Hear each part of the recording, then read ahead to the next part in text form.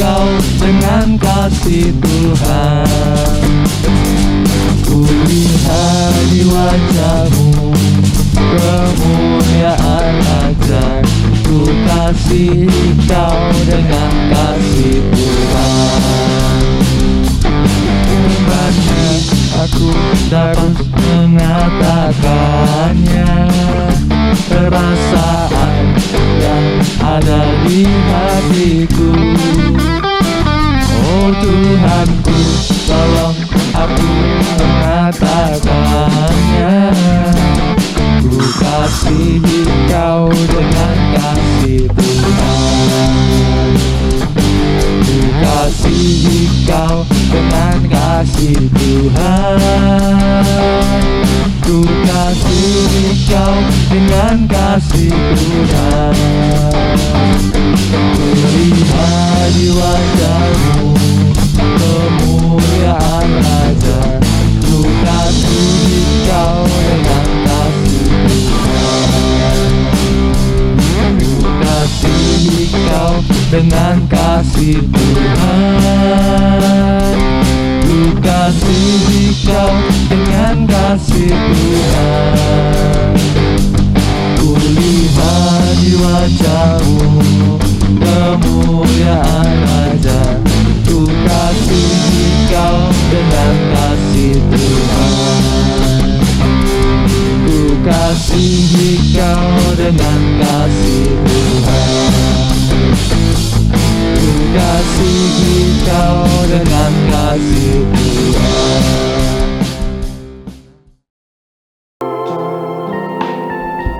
Pujikan dengan segenap hati ya.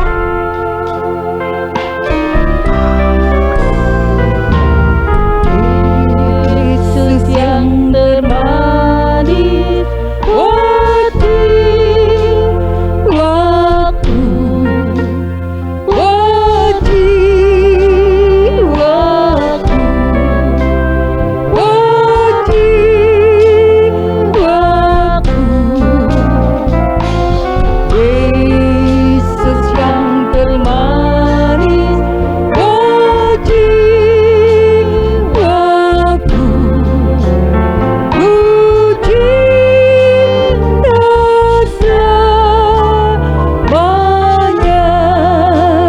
dari awal, Yesus yang termanis,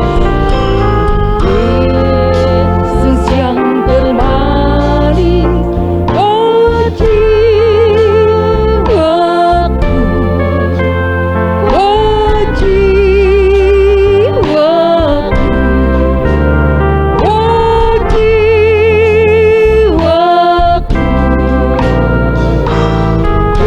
Yesus yang termanis, oh jiwaku, puji selamanya.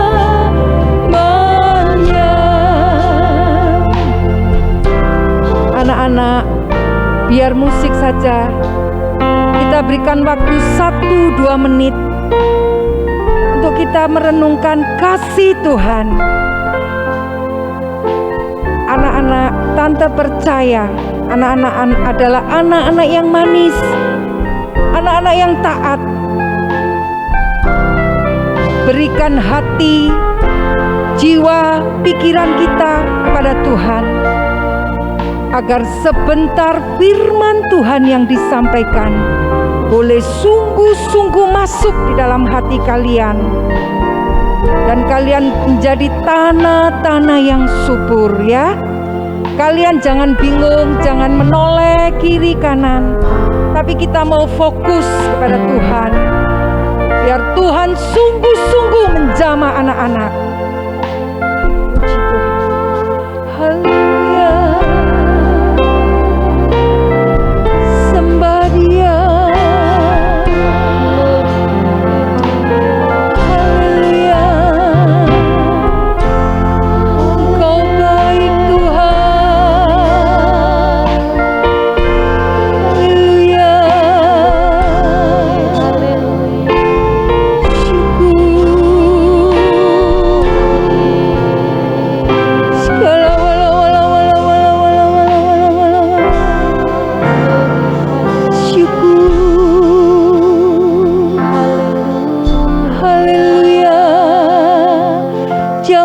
setiap kami Tuhan, jamah setiap kami Roh Kudus.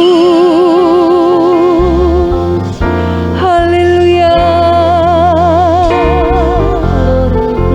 Terima kasih Tuhan, Kau melawat setiap kami Tuhan. Haleluya. Kami percaya Tuhan, kami percaya ketika kami memuji meninggikan nama-Mu Tuhan, Engkau bertahta di atas puji-pujian kami anak-anak-Mu Tuhan. Syukur, haleluya. Yesus, kita akan nyanyikan pujian ini lagi anak-anak dari awal ya. Yesus yang termanis, jiwaku,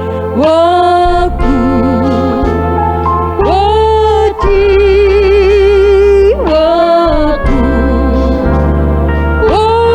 jiwaku.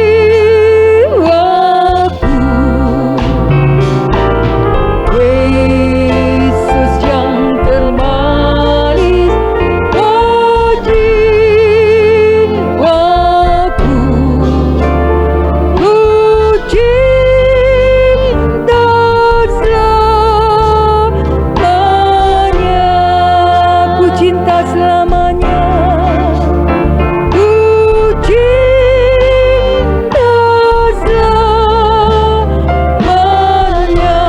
Sekali lagi katakan, ku cinta selamanya. Ku cinta selamanya.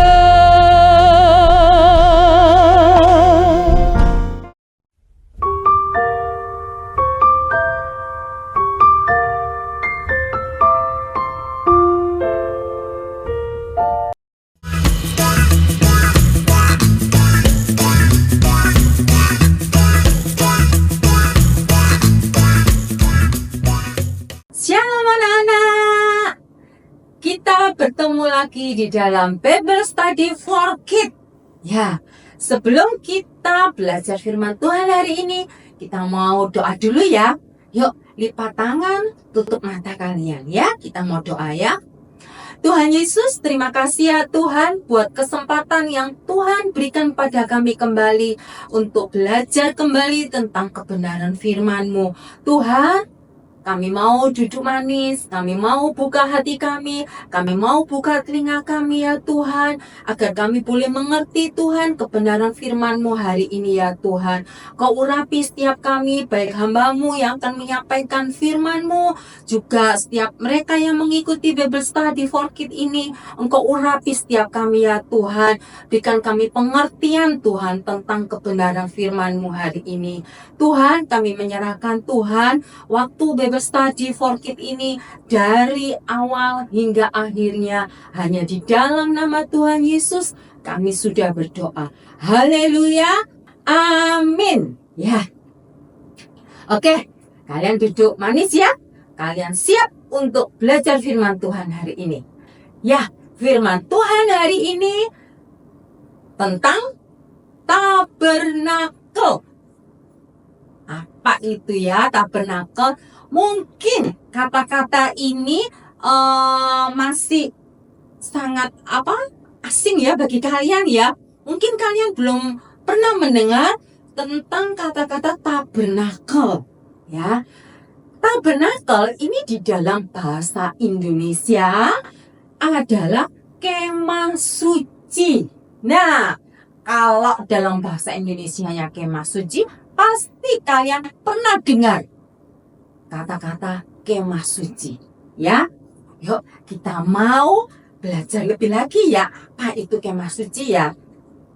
Sebelumnya, Miss mau mengingatkan kalian.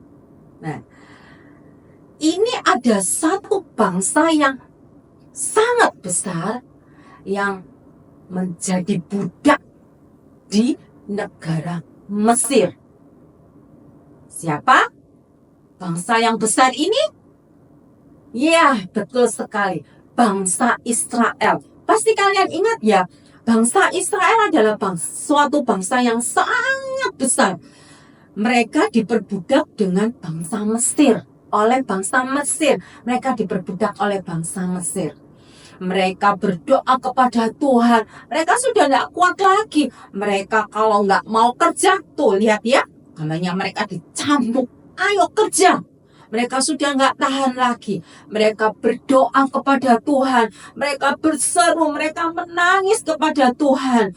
Supaya Tuhan menolong mereka. Dan sampai pada akhirnya, siapa yang diutus oleh Tuhan? Betul sekali, Bapak Musa. Bapak Musa diutus oleh Tuhan untuk membawa bangsa Israel keluar dari perbudakan. Karena Tuhan sudah mendengar jeritan mereka, tangis mereka, maka Tuhan mengutus Bapak Musa untuk membawa bangsa Israel keluar dari tanah perbudakan, yaitu dari Mesir. Ya, pasti kalian sudah ingat ya. Nih, Bapak Musa memimpin bangsa Israel keluar dari Mesir. Mereka bersama-sama dengan ada ternaknya mereka ya, hewan peliharaan mereka ya, ada kambing, ada domba. Mereka bawa semua keluar dari Mesir. Menuju ke mana? Betul, menuju ke tanah perjanjian, tanah yang dijanjikan oleh Tuhan, yaitu menuju ke tanah Kanaan. Pada waktu perjalanan dari tanah Mesir ke tanah Kanaan, Tuhan memerintahkan Bapak Musa kembali. Nih, Tuhan berbicara kepada Bapak Musa untuk apa? Untuk mendirikan tempat kudus bagi Allah. Ya, nih di dalam Keluaran pasal 25 ayat 8, di sana dikatakan bahwa dan mereka harus membuat tempat kudus bagiku. Bagi siapa? Bagi Allah. Supaya Allah diam di tengah-tengah mereka. Nah, tempat kudus inilah yang dinamakan kemah suci atau tabernakel. Allah memerintahkan Musa untuk bangsa Israel itu untuk membuat suatu tempat yang kudus bagi Allah, supaya Allah diam di tengah-tengah bangsa Israel. Ya. Kemudian Tuhan Allah memerintahkan kepada semua bangsa Israel untuk memberikan persembahan apa yang mereka miliki.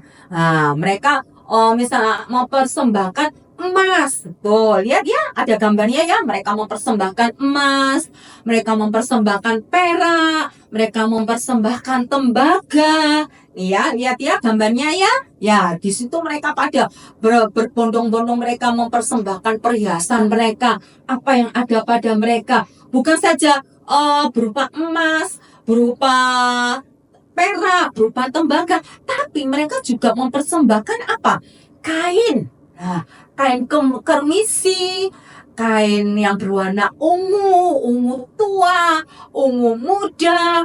Terus kemudian ada juga yang itu mempersembahkan kulit lumba-lumba, atau banyak sekali ya yang mereka persembahkan pada Tuhan. Karena ini perintah Tuhan. Jadi mereka harus taat. Untuk apa? Semuanya itu emas, perak, tembaga, kain kermisi, kain ungu tua, kain ungu muda, kulit binatang ya, kulit lumba-lumba, dan masih banyak lagi ya. Mereka mempersembahkan itu. Untuk apa? Bukan untuk Bapak Musa, bukan. Tetapi untuk apa? Untuk membangun.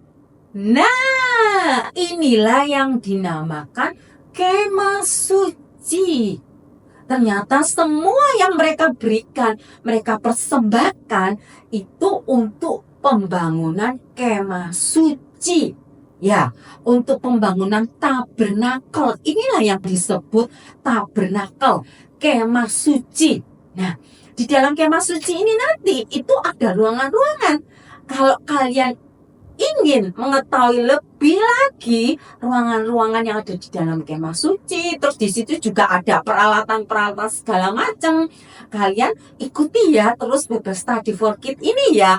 Di minggu-minggu berikutnya kalian pasti mengetahui. Nah, itu tempat-tempat apa yang ada di dalam kemah suci itu apa aja. Benda-benda yang ada di dalam kemah suci itu apa aja. Nanti dijelaskan di Bible Study for Kids minggu-minggu berikutnya. Ya, kalian ikuti terus ya, supaya kalian tahu apa ya yang ada di dalam kemah suci itu ya. Ruangan apa aja ya yang ada di dalam kemah suci itu ya. Ya, kalian ikuti terus ya. Jangan sampai dilewatkan. Oke? Nah, inilah yang disebut kemah suci. Inilah yang disebut tabernakel. Ya. Terus, apa tujuannya ya? Allah itu memerintahkan mereka untuk membangun kemah suci, untuk membangun tabernakel. Tujuannya apa? Supaya Allah hadir dan tinggal bersama-sama dengan bangsa Israel. Oh ya, kemah suci ini bukan bangunan yang tetap ya, bukan bangunan yang permanen ya. Tetapi kemah suci ini bisa dibongkar. Bukan kayak bangunan kayak rumah kalian. Nah, itu bangunan yang tetap ya, sudah jadi tetap ya. Atau seperti gereja sekarang ini, itu bangunannya tetap ya. Enggak, kemah suci ini bangunannya bisa dibongkar. Ya, kalau bangsa Israel mau jalan, kemahnya itu dibongkar terus dibawa. Nah, ini kemah suci itu ya. Nah, tujuannya apa? Tujuannya supaya Allah itu bisa hadir di tengah-tengah bangsa Israel. Ya, dalam perjalanannya dari tanah Mesir, dari negeri Mesir menuju ke negeri Kanaan, itu bangsa Israel melewati apa? Melewati padang gurun. Nah, di padang gurun itu bagaimana kondisinya padang gurun itu? Nah, apakah banyak pohon-pohon? Enggak. Di padang gurun itu apa? Kosong. Enggak ada pohon-pohonannya. Jadi pada waktu siang bagaimana? Betul sekali. Panas. Panas matahari itu akan langsung ke tubuh mereka ya. Jadi nggak ada tempat berteduh di padang gurun. Terus kalau pada waktu malam bagaimana? Betul sekali, gelap. Karena apa? Tidak ada cahaya lampu, ya kan? Gelap. Di mana-mana itu gelap, tidak ada penerangan di padang gurun itu. Terus udaranya bagaimana? Dingin, karena nggak ada tempat berteduhnya. Jadi kalau kena angin ya mereka kedinginan. Nah, tapi pada waktu itu Allah betul-betul memimpin mereka keluar dari tanah Mesir ke tanah Kanaan. Allah itu hadir di tengah-tengah mereka. Buktinya apa? Nih, pada waktu siang mereka tidak lagi kepanasan. Panas matahari tidak menyakiti tubuh mereka. Dengan apa? Allah memberikan apa? Betul, tuh, lihat gambarnya. Ada tiang awan yang melindungi mereka. Terus tadi Miss tadi bilang ya, kalau malam hari bagaimana kondisinya di padang gurun? Betul, dingin, gelap, ada angin sepoi-sepoi, ya. Tapi dengan kehadiran Allah di tengah-tengah mereka, Allah memberikan apa?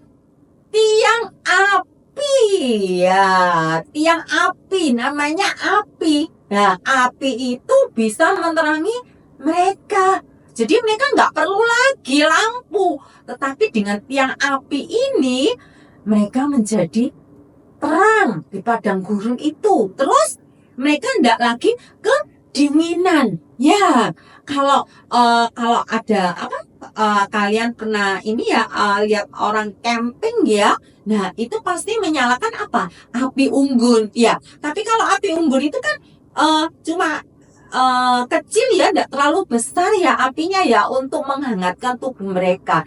Tapi tiang awan ini melebihi apa? Api unggun. Betul anak-anak. Tiang awan ini bisa menghangatkan mereka juga. Jadi mereka pada waktu malam hari mereka tidak akan kedinginan lagi. Nah, itu loh, penyertaannya Tuhan itu luar biasa. Kalau Allah betul-betul hadir di tengah-tengah mereka, mereka tuh merasakan ketenangan. Mereka merasakan kedamaian, tenang mereka tidak takut lagi. Nah, pada waktu mereka berhenti, tiang awannya juga, pada waktu tiang awan berhenti, tiang api berhenti, mereka juga berhenti di tempat itu. Nah, pada waktu itu mereka mendirikan kemah suci itu. Kalau tiang awan dan tiang apinya bergerak, maka mereka harus segera membongkar kemah suci itu dan dibawa pergi ke tempat di mana tiang awan, tiang api itu memimpin mereka. Ya, nah makanya tadi Miss kan bilang kemah suci atau tabernakel itu bukan bangunan yang tetap, tetapi bisa bongkar pasang. Ya. Terus kemudian penyertaannya Tuhan, penyertaannya Allah pada bangsa Israel itu apa? Bangsa Israel tidak lagi apa? Kehausan. Ingat peristiwa di Masa dan Meribah? Pada waktu itu bangsa Israel merasa haus. Mereka bilang sama Bapak Musa, Bapak Musa, kami haus. Tidak ada air Bapak Musa. Nih kami haus, di tenggorokan kami kering. Nah, pada waktu itu Allah membuat mukjizat. Musa disuruh memukulkan gunung batu. Nah, gunung batu itu dipukul aja, Tuhan buat mukjizat. Yaitu apa? Keluar air. Ya, dari gunung batu itu. Jadi mereka bisa minum. Nah, ya. Terus kemudian ini penyertaannya Tuhan atas bangsa Israel. Karena Allah hadir di tengah-tengah bangsa Israel, Allah membuat mukjizat yang begitu luar biasa. Mereka tidak akan kelaparan. Ingat peristiwa apa nih? Mana? Ya, roti dari surga. Pada waktu kelaparan, Allah memberikan apa? Mana kepada mereka. Mereka ingin daging. Allah berikan apa? Betul, burung puyuh. Tiba-tiba burung puyuh itu pada berdatangan di kemah mereka. Nah, pada waktu itu mereka ngambil burung puyuh itu, mereka makan daging. Nah, luar biasa ya. Kalau Allah itu hadir di tengah-tengah kita, Allah itu hadir di tengah-tengah bangsa Israel. Allah memimpin bangsa Israel tidak akan kekurangan. Mau haus, Tuhan kasih air. Lapar, Tuhan kasih mana. Pengen daging, Tuhan kasih burung puyuh. Ya. Nah, di dalam Ulangan 29 ayat 5 di situ dikatakan anak-anak, kita baca sama-sama ya. 40 tahun lamanya aku Allah memimpin kamu bangsa Israel berjalan melalui padang gurun. Pakaianmu tidak menjadi rusak di tubuhmu dan kasutmu tidak menjadi rusak di kakimu. Kasut itu apa? Kasut itu sepatu yang mereka pakai, alas kaki yang mereka pakai pada waktu itu. Kalau sekarang akan ada sandal, ada sepatu ya. Itu waktu zaman bangsa Israel dulu itu mereka namanya kasut ya, tidak untuk alas kaki mereka. Tuhan sudah bilang perjalanannya bangsa Israel ke tanah Kanaan itu makan waktu bukan 1 tahun, 2 tahun, enggak, tapi 40 tahun. Tetapi di dalam tadi dikatakan Ulangan 29 ayat 45, pakaiannya itu tidak jadi rusak di tubuhnya bangsa Israel. Tuh lihat, pakaiannya masih bersih, bukan bersih maksudnya masih bagus ya. Pakaiannya tidak ada yang robek, tidak ada yang sobek-sobek, enggak, tapi pakainya masih bagus. Terus kasutnya, alas kakinya mereka itu tidak rusak. Tuh, luar biasa ya penyertaannya Tuhan. Kehadiran Allah di tengah-tengah bangsa Israel itu sungguh-sungguh luar biasa. Kalau Tuhan berjanji, Tuhan itu pasti menepatinya, memimpin bangsa Israel. Bukan saja begitu ya anak-anak ya, bukan saja mengenai lapar, haus, atau pingin daging, pakaian, kasut, enggak. Tapi Tuhan itu juga berjanji akan melindungi bangsa Israel, memberikan kemenangan kepada bangsa Israel untuk melawan bangsa-bangsa. Mereka pada waktu perjalanannya menuju ke tanah Kanaan, mereka itu menghadapi bangsa-bangsa yang kuat-kuat. Bangsa Amalek, bangsa Enak. Bangsa Enak itu bangsa raksasa ya, yang di dalam Alkitab dikatakan makan manusia juga, makan orang ya. Nah, dengan penyertaannya Tuhan pada bangsa Israel dibuat menang terus melawan mereka. Setiap kali mereka melawan bangsa Amalek. Tuh ya, lihat ya. Ini pada waktu Musa bangsa Israel melawan bangsa Amalek. Nih, bapak Musanya mengacungkan kedua tangannya gini, bangsa Israel menang. Tetapi pada waktu Musa capek, lelah, menurunkan tangannya, bangsa Israel menjadi kalah. Ingat kejadian ini, peristiwa ini. Terus kemudian ditopang ya tangannya sama kedua temannya bapak Musa toh. Akhirnya bangsa Israel menang. Ya, Tuhan memberikan kemenangan pada bangsa Israel. Menang terus lawan siapapun tanpa terkecuali. Tuhan memberikan kemenangan pada bangsa Israel. Andai kata ya, misalnya kalau bangsa Israel tidak nurut, bangsa Israel tidak disertai oleh Tuhan, maka apa yang terjadi? Betul, bangsa Israel akan mengalami kekalahan. Terus bangsa Israel akan mengalami kelaparan, kehausan, kepanasan, kedinginan. Terus bangsa Israel apa? Akan mati di padang gurun.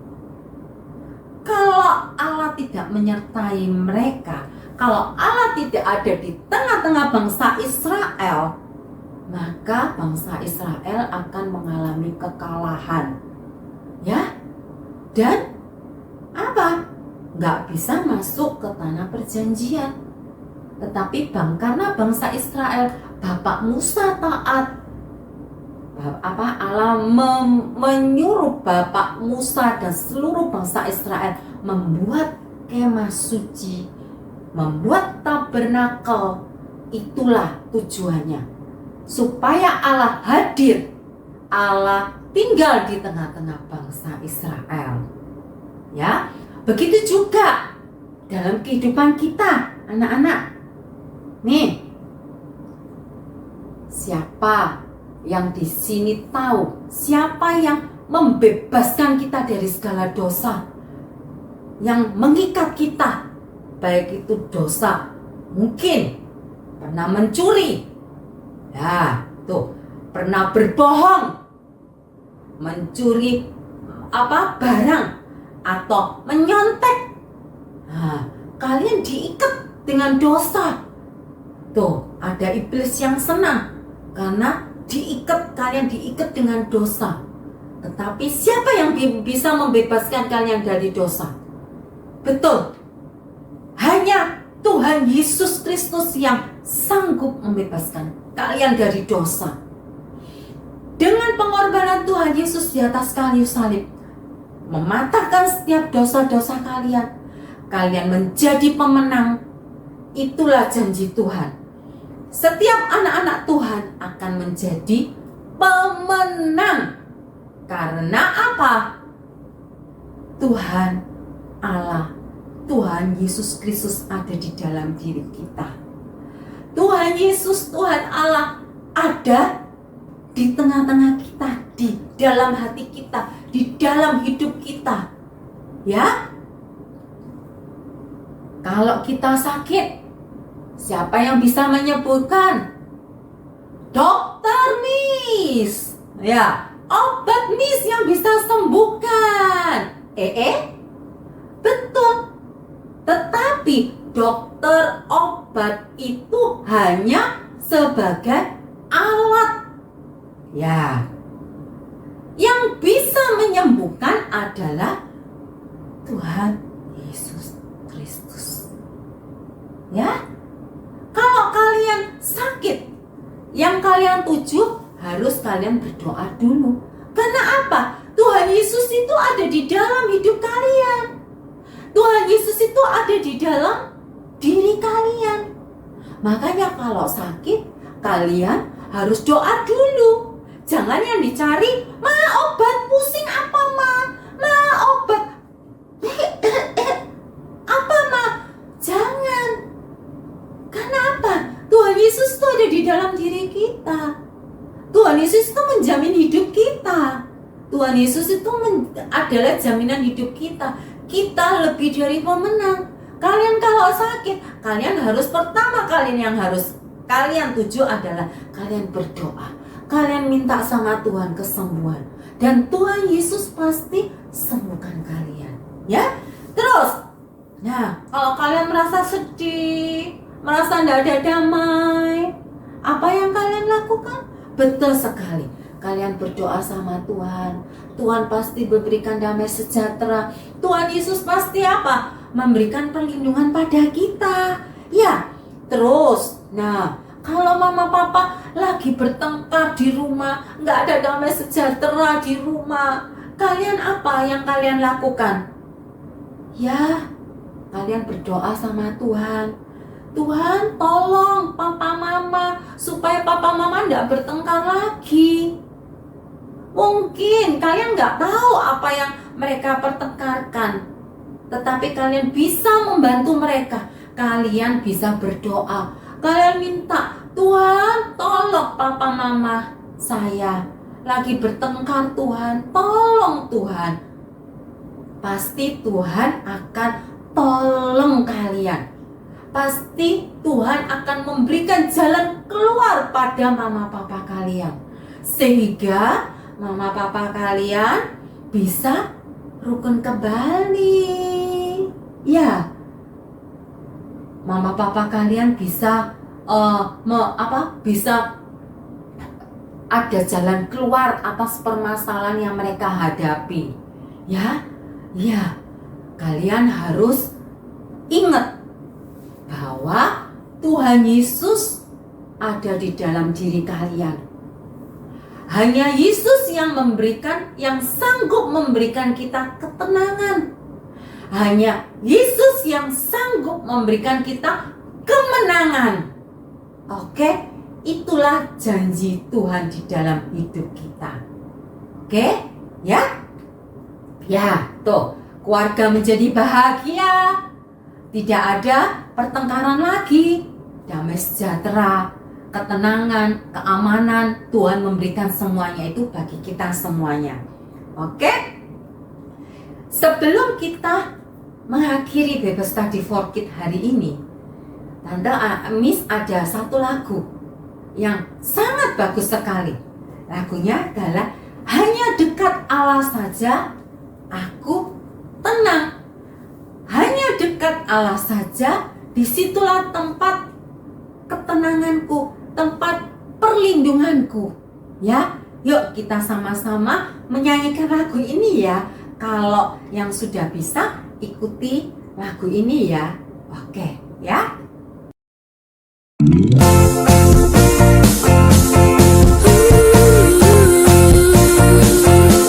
Hanya dia kota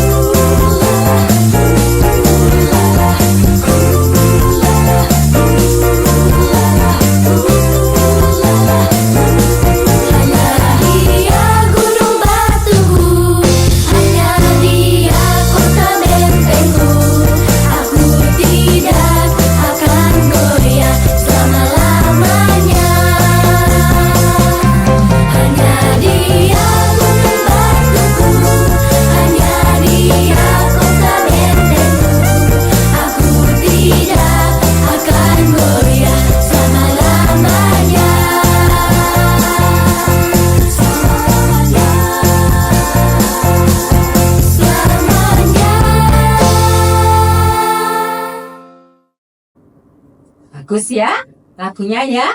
Kalian ingat-ingat ya bahwa hanya dekat Allah saja aku tenang. Daripadanya lah keselamatanku. Hanya Tuhanlah gunung batuku, tempat perlindunganku. Aku tidak akan goyah. Aku akan menang terus dalam menghadapi apapun. Oke? Yuk, kita mau mengakhiri Bible Study for Kids ini. Kita mau doa dulu ya. Ya, yuk. Tuhan Yesus Kristus, terima kasih buat kebenaran firman-Mu tentang tabernakel atau kemah suci. Tuhan, Engkau sungguh luar biasa Tuhan. Penyertaan-Mu begitu sempurna Tuhan. Kami semakin percaya bahwa hanya dekat Engkau Tuhan, kami merasa tenang. Karena Engkaulah gunung batu kami, Engkaulah tempat perlindungan kami tidak akan takut lagi. Kami akan merasa tenang bersama-Mu di dalam setiap hidup kami. Terima kasih Tuhan buat kesempatan yang Tuhan sudah berikan kepada kami. Tuhan, berkati kami semuanya. Berkati Tuhan anak-anak-Mu yang sudah mengikuti Bible Study for Kids hari ini. Tuhan, berkati di dalam studi mereka, di dalam keluarga mereka Tuhan. Engkau tambah-tambah lebih lagi hikmat-Mu kepada mereka ya Tuhan. Juga Tuhan kepada kedua orang tua mereka, Engkau berkati ya Tuhan. Apapun yang menjadi permasalahan mereka ya Tuhan, apapun yang menjadi pergumulan mereka Tuhan, kami tahu Engkau sumber segalanya. Engkau akan memberikan jalan keluar kepada mereka. Terima kasih Tuhan, Kau berkati kami semuanya dengan berkat yang dari surga. Terima kasih ya Tuhan, kembalikan kami Kamis depan untuk mengikuti Bible Study for Kids kembali. Terima kasih Tuhan, kami menyerahkan semuanya ini, seluruh kehidupan kami hanya di dalam nama Tuhan Yesus Kristus. Haleluya, amin. Puji Tuhan anak-anak, sampai ketemu di Bible Study for Kids Kamis depan. Bye-bye, God bless you.